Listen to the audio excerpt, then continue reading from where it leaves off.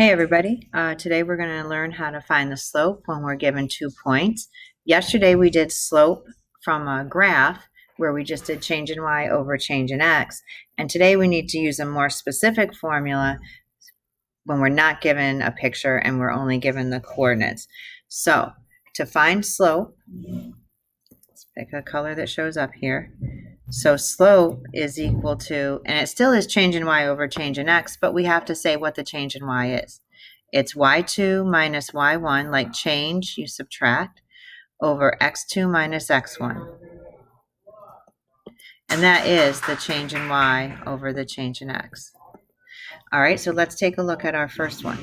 So my x coordinates, that's the first x coordinate. -7 is the second x coordinate. So there's where my x1, x1, x2 come in. And then my y's, y1, y2. All right, so let's follow our formula. So the first part, I do the y. So my formula says right over here, I'm doing y2 minus y1. So it's -15 minus -16 over, and then my x's, x2 is -7 minus 19. And then I just work out the top and bottom. So let's see what we get. So I would want you to just type it right in so you don't make a mistake with positives and negatives. Just go right to the calculator, but minus a negative gives me plus a positive. So it's -15 plus 16 is 1 over -17 minus 19 is -26. And that's my slope. All right, let's go down to number 3. So we still have x1, y1, x2, y2. So let's see what we get here when we follow our formula. So I'm following y2 minus y1 over x2 minus x1. So y2 is -4. I have to remember to do that minus sign. And then y1 is 7 over x2 is -6. I have to do this minus sign. And then x1 is -4.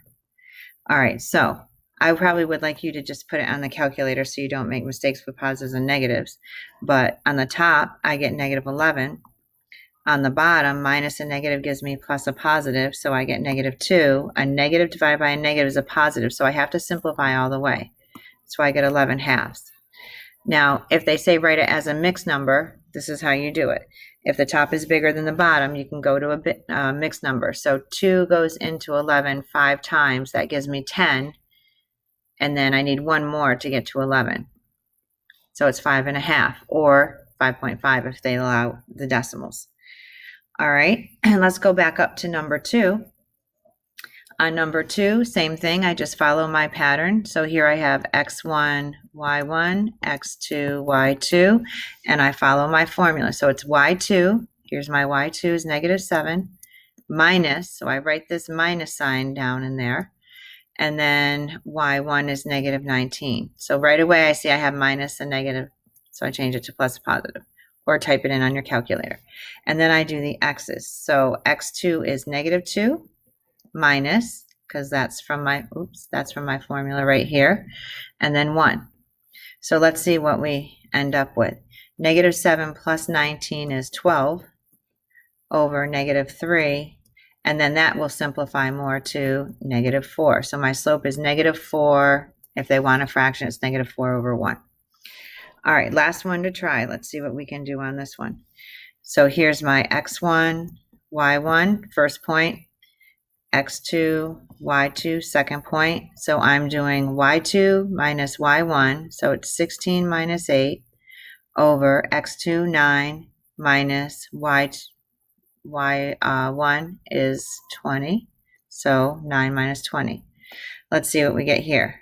16 minus 8 is 8. 9 minus -20 is -11, and there's no way to reduce that, so I just leave it. And that's how you do slope using the formula when you're given 2 points without a graph.